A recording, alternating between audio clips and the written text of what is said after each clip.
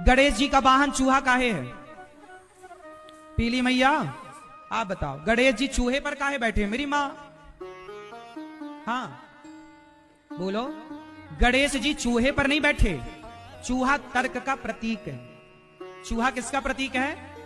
बोलो, तर्क का। और गणेश जी बुद्धि के देवता हैं।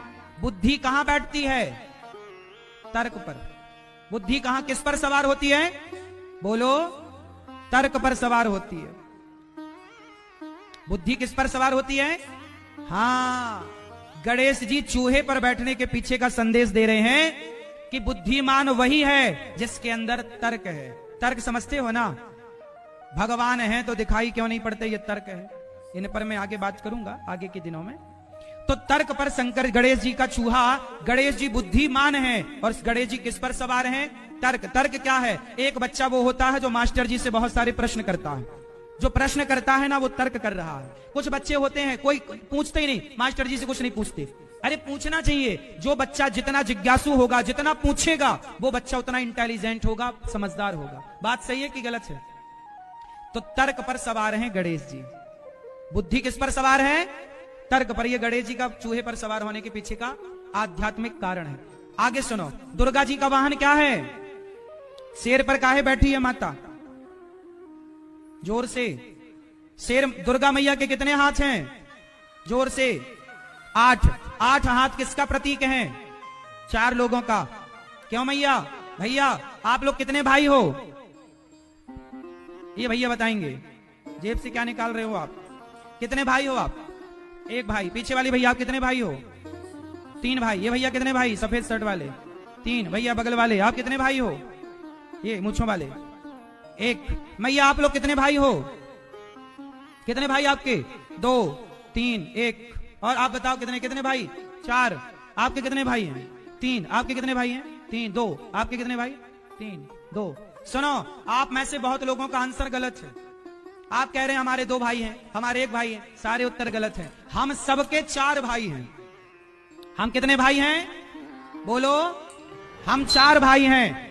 ब्राह्मण, क्षत्रिय और शूद्र, हम चारों भाई हैं। यदि हम चारों संगठित रहने लग जाएं तो हमारे हाथ हो जाएंगे 8। और यदि संगठित रह गए, संगठित हो गए, तो जंगल के राजा शेर को भी अपना गुलाम बना सकते हो। तुम्हें कोई गुलाम कभी नहीं बना सकता। तुम आपस में लड़ गए, तुम बिखर गए, इसलिए अंग्रेजों ने, मुगलों ने तुम्हें गुलाम बनाया। वरना क्या मजाल थी किसी की कि तुम्हारे देश की तरफ आंख उठाकर। हमारे भारत से अच्छा कभी कोई था ही नहीं, ना आज कोई है। हाँ, कोई तरक्की कर जाए, कोई पैसे से। आज लंदन कहता है, आज इंग्लैंड कहता है हम पैसे वाले हैं। अरे चोरी तो हमारे देश से करके ले गए हो ना? बोलो, चोरी कहां किए हो? डाका कहां डाले हो? तुम तो चोर थे, हमारे देश में आए और चोरी करके ले गए। तुम्हारे यहां तो कुछ नहीं था।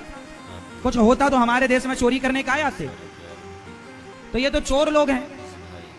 भारत से, भारत की संस्कृति आज भी सबसे श्रेष्ठ है। लेकिन भारत को आज केवल मेरी प्रार्थना इतनी है, हमारी संस्कृति भारत की संस्कृति से बढ़िया इस धरती में कहीं की संस्कृति नहीं है। हम केवल भ्रष्टाचार के कारण पीछे हो गए बस। किसके कारण पीछे हो गए? यदि भ्रष्टाचार नहीं होता तो हमारी बराबरी दुनिया में कोई देश, भारत की बराबरी कोई किसी में नहीं कर सकता था। हम भ्रष्टाचार की बलि चढ़ गए बस। क्यों मेरी मां? ये दुखद बात है बस। हमारे देश में क्षति बड़ी हुई।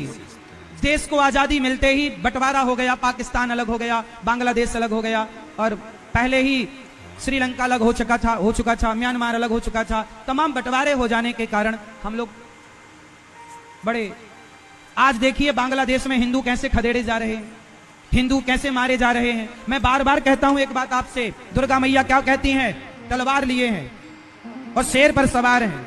दुर्गा मैया कहती हैं, हिंदुओं तुम 4 भाई हो ना, ब्राह्मण, क्षत्रिय, वैश्य, शूद्र, संगठित रहना। यदि संगठित रहोगे तो सुरक्षित रहोगे, और जातियों में बट गए तो मिट जाओगे। जब जब सनातन बटा है तब तब सनातन मिटने की कगार में पहुंचा है। इसलिए संगठित, जहां सुमति तहां संपत्ति नाना, जहां कुमति तहां विपत्ति निधन। लोग बताओ, चारों का पिता कौन? ब्राह्मण का पिता कौन? जोर से। ब्राह्मण का पिता कौन? ब्राह्मणों से मुखमासी द्वाहु राजन्यः कृताः ऊरु तदस्य जदवैश्यः पदभ्यांगुं शूद्रो अजायत।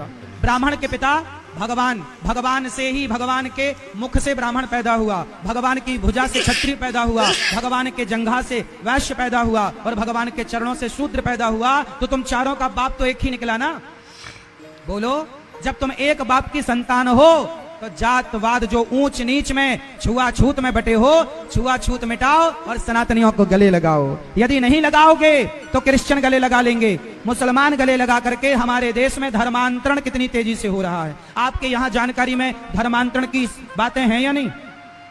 कितने लोग जानते हैं कि इस देश में धर्मांतरण हो रहा है? आज कितने हिंदू क्रिश्चियन बन गए, जहां मंदिर हुआ करते थे वहां वो बन गई, क्या बोलते उसको, चर्च बन गई, है ना? तो ये बात सही है कि गलत है? बोलो मेरी मां। तो क्या हिंदुओं का धर्मांतरण होना सही है? सही है? हिंदुओं का धर्मांतरण होना सही है? कितने लोग इसे गलत मानते हैं?